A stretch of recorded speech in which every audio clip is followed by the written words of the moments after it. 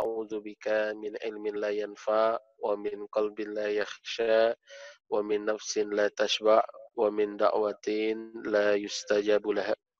Subhanaka la ilma lana illa ma 'allamtana innaka antal alimul hakim. Alhamdulillah, segala puji bagi Allah Rabb semesta alam yang telah memberikan berbagai banyak nikmat buat kita semua. Ya, tidak lupa salawat serta salam semoga tercurah limpahkan kepada tauladan kita Habibana Nabiyana Muhammad Sallallahu Alaihi Wasallam, kepada keluarganya, para sahabatnya, termasuk kepada kita selaku umatnya. Alhamdulillah, para hadirin sekalian, ikhwan akhwat yang sama-sama mengharap ridha Allah, pada kesempatan kali ini sebagaimana biasa kami MIM Foundation mengadakan kajian rutin bersama guru ndak kita Ustadzun Al-Kiram Buya Ar-Razi Hashim, yang alhamdulillah sudah kesempatan kali ini sudah hadir di tengah-tengah kita. Dan insya Allah kita akan melanjutkan kajian rutin kita di hadis arba'in yang ketiga, ya, yang ketiga. Dan teman-teman siapkan niat yang ikhlas, kemudian juga catatannya, ya, sambil mengikat ilmu dengan tulisan, ya. Dan mudah-mudahan kita mendapatkan keberkahan ilmu di malam ini. Terima kasih teman-teman yang sudah hadir di berbagai daerah, dari berbagai provinsi, bahkan ada dari luar negeri, ya. Dan kami haturkan juga jazakallah khair bil khusus kepada Buya, di tengah kesibukannya masih bisa hadir, ya. Buya sehat Buya, ya? Alhamdulillah, khair, sangat baik. Keluarga juga mudah-mudahan disehatkan, ya. Dan insya Allah, ya, Buya kita akan melanjutkan. Dan insya Allah ini Buya beberapa komunitas sudah gabung dengan kita, dan sebagian pengurusnya itu diwajibkan untuk menghafal, ya. Diwajibkan untuk menghafal, jadi 1 bulan 1 hadis, ya gitu, ya. Jadi alhamdulillah sekarang bisa hadir, ya, dan mudah-mudahan Buya bisa memberikan pencerahan buat kita semua, ya. Oleh karena itu tidak berpanjang waktu supaya kita bisa lebih panjang mendengarkan penjelasan dari Buya dan diskusi, ya. Tanya jawab teman-teman, silahkan siapkan pertanyaannya, ya. Nanti kita akan berdiskusi dengan guru kita, ya, seputar hadis arba'in dan tentu hal-hal yang lainnya seputar agama kita. Terima kasih, ya. Kami silahkan perserahkan kepada guru kita Buya Ar-Razi untuk bisa memaparkan penjelasannya di malam ini. Mangga Buya, silahkan. Assalamualaikum warahmatullahi wabarakatuh. Waalaikumsalam warahmatullahi wabarakatuh. Innal hamdalillah nahmaduhu wa nasta'inuhu wa nastaghfiruh wa na'udzu billahi min shururi anfusina wa min sayyiati a'malina. May yahdihillahu fala mudilla lahu wa may yudlil fala hadiya lahu. Amma ba'du. Syukran Ustaz Hasan Faruqi, hasanallahu wajhak wa ruhak wa qalbak. Amin. Begitu juga teman-teman semua, semoga diberkahi oleh Allah Subhanahu wa taala. Alhamdulillah Allah masih izinkan kita untuk menyerap cahaya-cahaya nabinya, karena Allah berkata melalui lisan Rasulnya, naddarallahu mar'an sami'a maqalati. Allah menerangi, memberi cahaya orang-orang yang mau mendengarkan makalah-makalah, kalam-kalam Nabi Sallallahu Alaihi Wasallam. Jadi nur wajah kita secara ruhani salah satunya ditentukan oleh berapa hadis yang kita serap. Jadi semoga gerakan menghafalkan hadis walaupun cuma 1 sebulan itu diberkahi oleh Allah, ada cahayanya, disebut nadrah.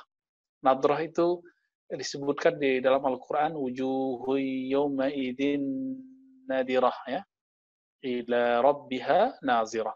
Jadi wajah-wajah nanti di akhirat itu mereka berseri-seri, bercahaya,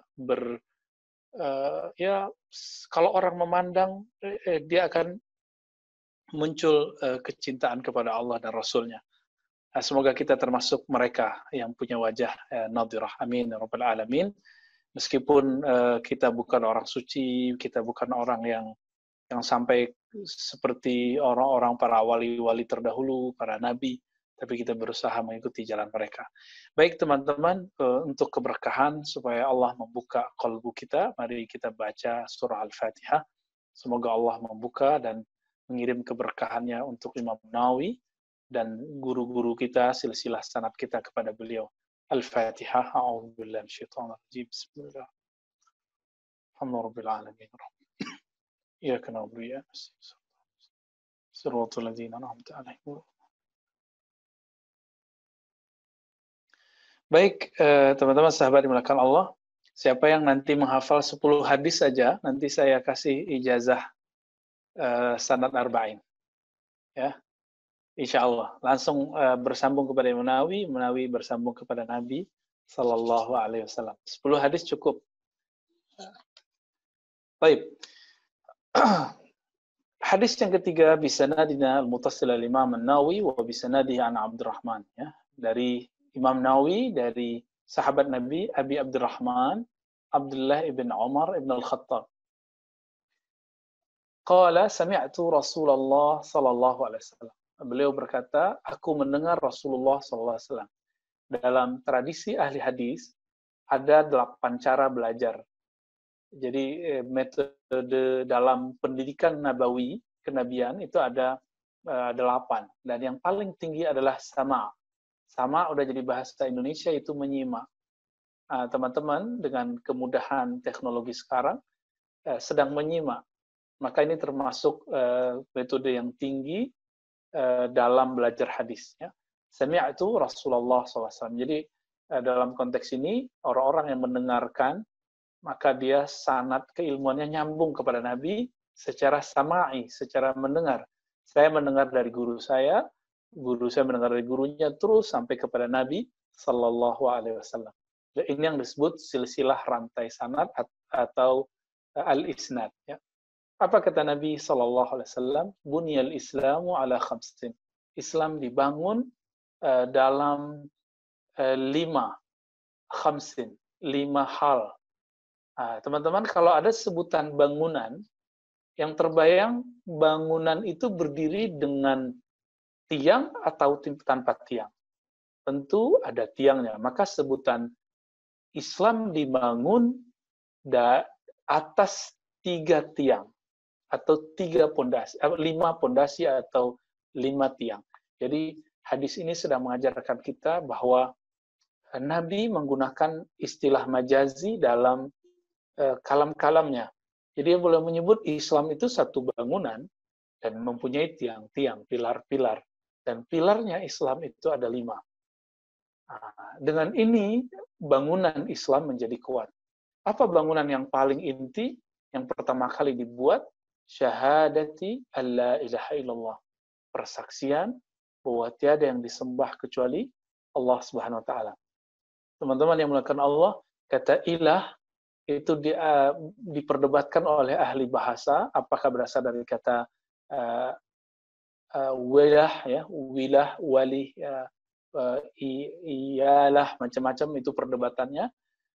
Ulama kita sampai kepada kesimpulan akhir bahwa ilah makna yang paling mu'tabar adalah al-ma'bud bihaqqin, yang paling berhak disembah. Namun Sayyidina Ibn Abbas radhiyallahu ta'ala anhu mengartikan sesuatu yang disembah wajib dikenal. Maka al-ma'bud menurut Sayyidina Ibn Abbas radhiyallahu ta'ala anhu al-ma'lum atau al-ma'ruf, sesuatu yang dikenal, sesuatu yang dima'rifatkan. Ini yang disebut al-ma'bud. Maka tiada yang dikenal sebagai zat yang berhak kita mengabdikan diri zahir dan batin kepadanya kecuali Allah. Dan teman-teman perlu diketahui juga bahwa orang Arab, mau dia musyrik, mukmin, mau dia Nasrani, Muslim, menyebut Tuhan itu Allah.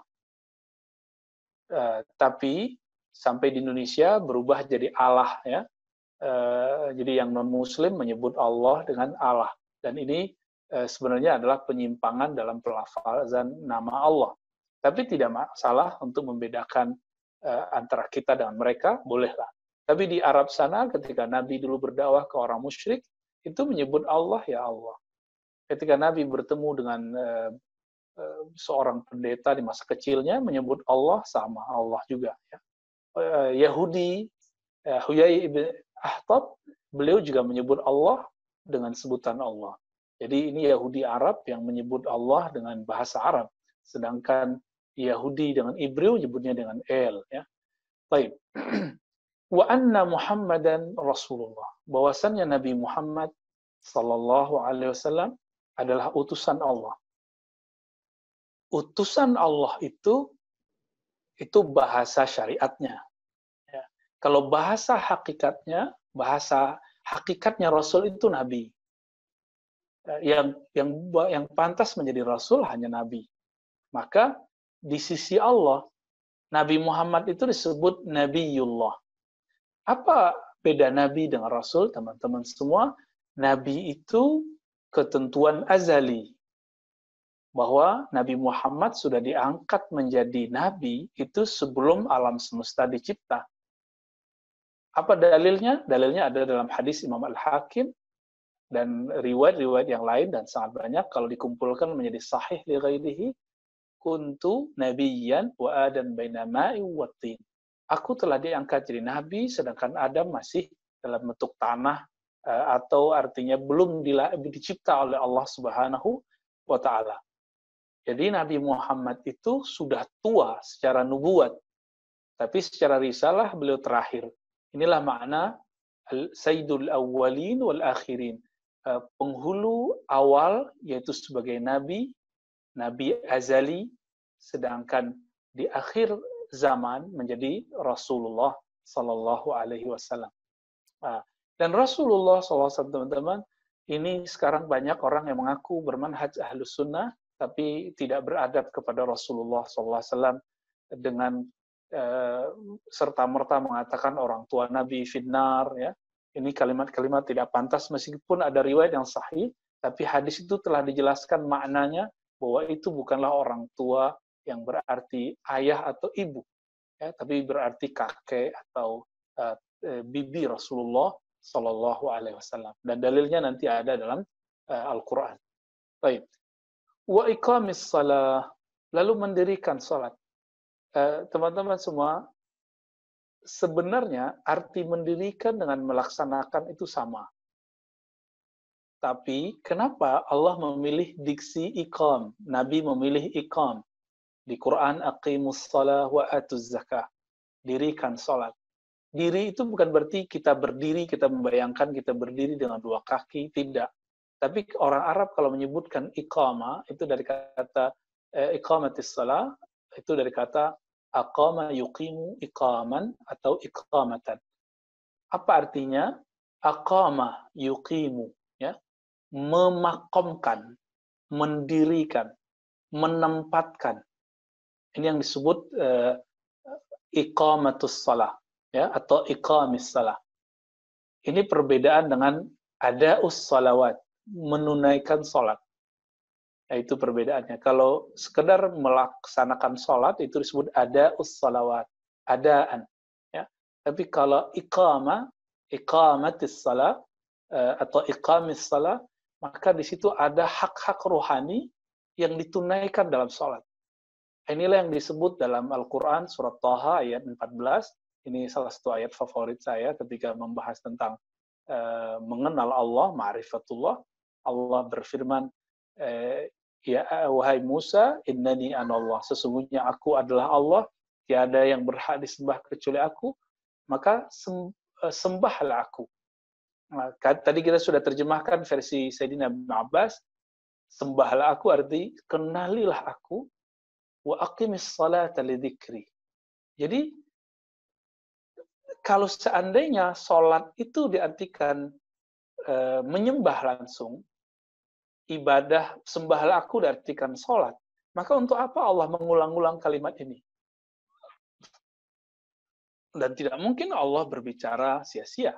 Oleh karena itu, ketika Allah mengatakan fa'budni, ini sangat menguatkan makna tafsiriyah dari Sayyidina Ibn Abbas, fa'budni artinya bukan sembahlah aku, tapi yang lebih tepat, jadi sembahlah aku artinya boleh diterjemahkan begitu secara terjemahan harfiah, tapi terjemahan maknawiyah diartikan apa? Fa'arifni, maka kenalilah aku. Baru Allah mengatakan, wa aqimis salata lidzikri, lalu tunaikan ritualmu untukku. Jadi sholat itu sebagai ibadah mengingat Allah.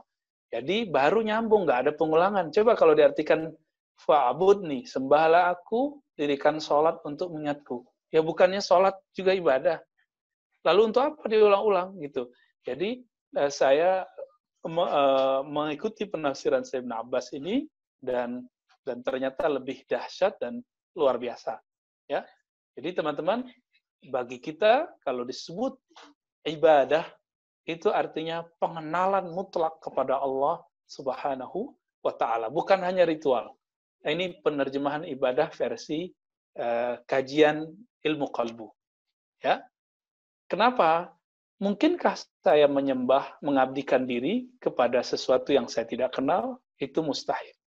Nah, ini kita ulang-ulang kalimat ini, semoga masuk ke dalam alam pikiran kita. Sembahlah Allah dengan mengenalnya. Kalau kita mengenal seseorang, lalu kita diajak ngobrol, dia duduk bersamanya, mungkin teman-teman ini kan malam Ahad ya, pasti pada senang nongkrong karena liburan besok. Ketika kita kenal dengan sahabat, kita nongkrong, kita ngopi, dan itu nyaman, ternyata tahu-tahu udah jam 12. Begitu juga orang-orang yang mengenal Allah Subhanahu wa Ta'ala, setelah dia mengenalnya, lalu dia berubudiah dengan salat untuk mengingat Allah Subhanahu wa Ta'ala, tiba-tiba sudah jadi 100, tiba-tiba zikirnya udah jadi 500, tahu-tahu udah jadi 1000, tahu-tahu udah sejam, tahu-tahu udah 2 jam. Begitulah mereka yang mendirikan salat. Ya.